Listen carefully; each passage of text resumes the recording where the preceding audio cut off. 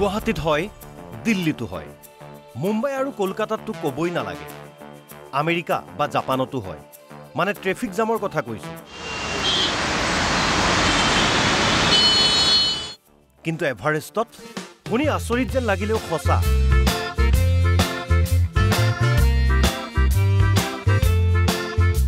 পৃথিৱীৰ সৰ্বোচ্চ শৃংগ এভাৰেষ্টত ট্ৰেফিক জাম।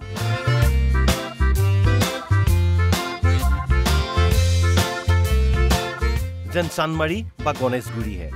ভালদৰে চাই লওক এই দৃশ্য।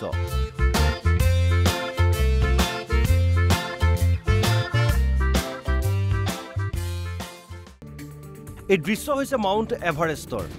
কিদৰে বিপদসংকুলভাৱে পৰ্বতাৰোহণ কৰিছে এইসকল পৰ্বতাৰোহীয়ে। ব্যাপক জনসমাগমৰ বাবে সমগ্ৰ পথছোৱাত এতিয়া ভীষণ ট্ৰেফিক জাম।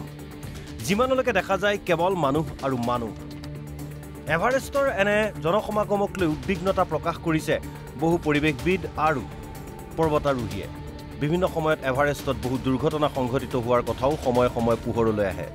তথাপিও যেন এভাৰেষ্টৰ প্ৰতি মোহ কমা নাই বিশ্বৰ বিভিন্ন প্ৰান্তৰ পৰ্বতাৰোহীৰ, যাৰ বাবে এনেদৰে বিপদসংকুলভাৱে যাত্ৰা কৰিছে এইসকল পৰ্বতাৰোহীয়ে। কিন্তু যিকোনো মুহূৰ্তত যে বিপদ নাহিব সেয়াও নুই কৰিব নোৱাৰি। প্ৰশাসনৰ সোপাঢিলা নীতিৰ বাবেই এতিয়া বিপদাপন্ন হৈ পৰিছে এভাৰেষ্ট আৰোহণ। শেহতীয়াকৈ পোহৰলৈ অহা এনে দৃশ্যাংশই এতিয়া অৱতাৰণা কৰিছে বহু প্ৰশ্নৰ। মানৱসৃষ্ট কাৰকৰ বাবেই এতিয়া ধ্বংসৰ গৰাহলৈ গতি কৰিছে নেকি প্ৰাকৃতিক পৰিৱেশ, সেয়াও বিচাৰ কৰাৰ প্ৰয়োজন নিশ্চয়কৈ আহি পৰিছে। News desk report, NB news.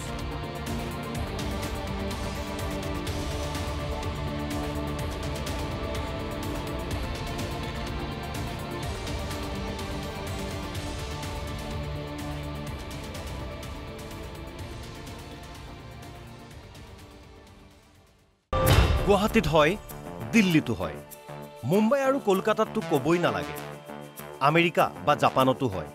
মানে ট্ৰেফিক জামৰ কথা কৈছো। কিন্তু এভাৰেষ্টত শুনি আচৰিত যেন লাগিলেও সঁচা।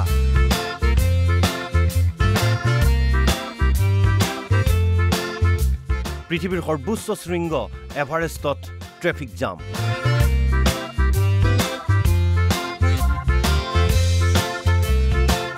যেন চানমাৰী বা গণেশগুৰিহে। ভালদৰে চাই লওক এই দৃশ্য।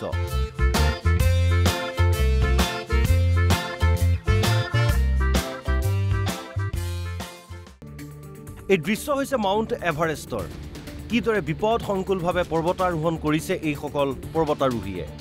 ব্যাপক জনসমাগমৰ বাবে সমগ্ৰ পথছোৱাত এতিয়া ভীষণ ট্ৰেফিক জাম। যিমানলৈকে দেখা যায় কেৱল মানুহ আৰু মানুহ। এভাৰেষ্টৰ এনে জনসমাগমক লৈ উদ্বিগ্নতা প্ৰকাশ কৰিছে বহু পৰিৱেশবিদ আৰু পৰ্বতাৰোহীয়ে। বিভিন্ন সময়ত এভাৰেষ্টত বহু দুৰ্ঘটনা সংঘটিত হোৱাৰ কথাও সময়ে সময়ে পোহৰলৈ আহে। তথাপিও যেন এভাৰেষ্টৰ প্ৰতি মোহ কমা নাই বিশ্বৰ বিভিন্ন প্ৰান্তৰ পৰ্বতাৰোহীৰ, যাৰ বাবে এনেদৰে বিপদসংকুলভাৱে যাত্ৰা কৰিছে এইসকল পৰ্বতাৰোহীয়ে। কিন্তু যিকোনো মুহূৰ্তত যে বিপদ নাহিব সেয়াও নুই কৰিব নোৱাৰি। প্ৰশাসনৰ সোপাঢিলা নীতিৰ বাবেই এতিয়া বিপদাপন্ন হৈ পৰিছে এভাৰেষ্ট আৰোহণ।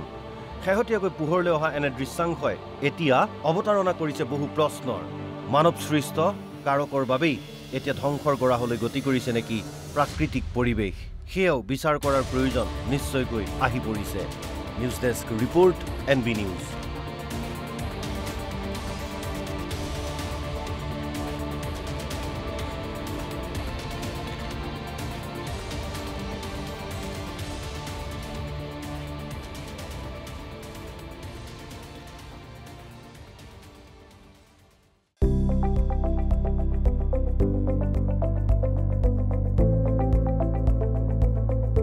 NB নিউজ, সহজ সৰল ভাষাত নৱভাৰতৰ কথা।